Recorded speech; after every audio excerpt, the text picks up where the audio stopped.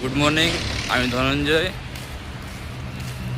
যারা যারা আমার এই ভিডিওটা দেখতে পাচ্ছ, আমি যে কারণে এই ভিডিওটা বানাচ্ছি সেটা হলো যে আমি আছি এই মুহূর্তে ব্যাঙ্গালোরে। তো আমি ব্যাঙ্গালোরে থেকে আমাকে 4 বছর হয়ে গেল, প্রায় 4-5 বছর ব্যাঙ্গালোরে আছি। তো এই ঘটনাটা কাদের কাদের সাথে হয়েছে আমি একবার বলবে, কারণ এরা বলে কি না যে ব্যাঙ্গালোরে থাকতে হলে তো কানাডা একটু আসতে হবে, কানাডা বলতে হবে। তো আমি একটা সুপার মার্কেটে আমি একটা বিল্ডিংয়ের কাজ করি, যেখানে আমার ডেলি হাজার হাজার কাস্টমারের সাথে কথা বলতে হয়। তো কিছুদিন আগে আমার একটা ঘটনা হয়েছে, একটা লেডিস, একটা জেন্টস, তার হাজব্যান্ড ওয়াইফ, কানাডাওয়ালা, তারা আমার সাথে কথা বলতে এসছে। তো আমাকে বলছে যে মানে আমি কানাডা জানি, বুঝতে পারি, যেটা হচ্ছে 70% বুঝতে পারি, আর বলতে পারি মানে 30% রকম। আমি বলতে এতটা পারি না, শুধু বুঝতে একটু বেশি পারি, বুঝতে পারি। তো তারা আমাকে যেটা বলছে আমি বুঝতে পারছি, কিন্তু আমি রিপ্লাই দিচ্ছি হিন্দিতে।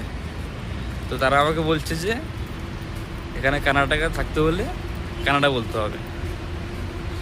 তাই আমি বললাম যে এটা হিন্দুস্তান, হিন্দিতে বলবো আমি।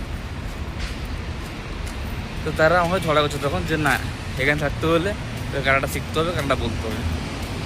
তো এইসব জিনিসগুলো কার সাথে হয়েছে, যারা ব্যাঙ্গালোরে আছে বা অনেক দিন আগে থেকে আছে, তারা কি সত্যিকার মানে এরকম এইসব জিনিসগুলো কোনোদিন ফেস করেছো? এখন থেকে যতটা বাড়ছে এসব ব্যাঙ্গালোরে থাকতে হলে যে কানাডা বলতে হবে, এটা কিন্তু আমাদের সেই পশ্চিমবঙ্গে বা কলকাতায় এগুলো কিন্তু হয় না। কেউ কিন্তু এরকম বলে না যে বাংলাতে এসছো মানে তুমি বাংলা কথা বলো। আর এখানে ব্যাঙ্গালোরে কিন্তু সব কিছু মিক্স, চাইনিজ থেকে শুরু করে তারপরে মানে সব জায়গা থেকে লোক এখানে আছে, বিহারি, বাঙালি, সব জায়গা থেকে লোক আছে এখানে। তো এখন এই কথাটা যেটা ব্যাঙ্গালোর থাকতে হবে যে কানাডা শিখতে হবে, এটা কতজন এই ঘটনাটা ফেস করেছে বা এর সলিউশনটা কী, যদি কেউ জেনে থাকো বলো কমেন্টে। আর এই জন্য আমি ব্লগটা বানিয়েছি, এই ব্লগটা। বাই।